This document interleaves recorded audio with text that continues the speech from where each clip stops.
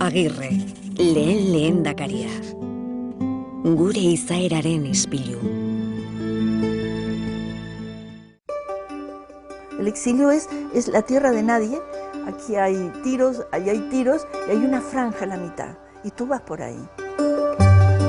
Gose eta gerrarengatik beraien herrialdea utzi behar izan zutenen ilobak gara. Oso ondo dago, Matea. Demokraziaren alde borrokatu eta herrialde bat eraikitzeko ezinbestekoak diren erakundeak sortu zituztenen ilobak. Eran hombres que tenían que correr delante de los tanques. Tuvimos la suerte enorme como bagaje de pueblo de haberlo tenido. ¿Cómo hacen para reinventarse constantemente? Hay dos cosas que son muy importantes. Uno es la identidad. Junto con esa identidad es muy importante el relato. De dónde venimos y a dónde vamos. Desde mozino sartzen die jokuen, ikusten jakin behar duzu momentu bakoitzean zer behar dauen. Ez dugu jartzen elkartasun printzipioa, helburu importanteena bezala, ikutara goaz. Vale, ahora voy al paro, vale, sí. Por el paro parece que tienes mucho, pero se va muy rápido. Zergatik hil zituzten.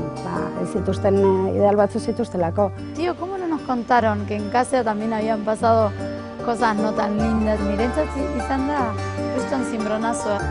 Milazioa, injustizie, tristura, elkarlana, solidaridadea Europako herriek erakutsi zeuena, eta gero memoria. Alguien entonces, hace 80 años, lo que hizo fue echar la patata. Nosotros ahora la sacamos. Todas necesitamos que se deslegitime claramente la violencia que hemos sufrido y que se reconozca lo injusto que ha sido. Gaur 19 gradu zentigradu markatzen ditu gure eskolako termometroak. Uste dut irakasleok argi dekogu ez dela bakarrik eduki batzuk ikastea, baizik eta baloretan heztea. Ez dago mundu hontan euskaldunok ederkien batu gaituenik, ezer euskera baino hobeki. Urte hauetan lan asko egin da, baina oraindik ere administrazioaren zatia handia kardero hutsa zaredia funtzionatzen. Badakizu ze tristura ematen didan. El único recurso que hemos tenido ha sido la voluntad de las personas, esa necesidad de aspirar a una realidad y a un futuro mucho mejor, ¿no? Los escenarios cambian, pero lo que no cambia son los valores, ¿no? Zertarako behar du herri honek euskal selekzio bat? Da belanaldi bat sinisten duena Euskal Herrian.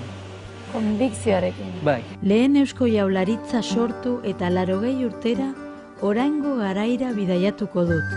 Nik ere bere etorkizunaren parte izan nahi dudalako.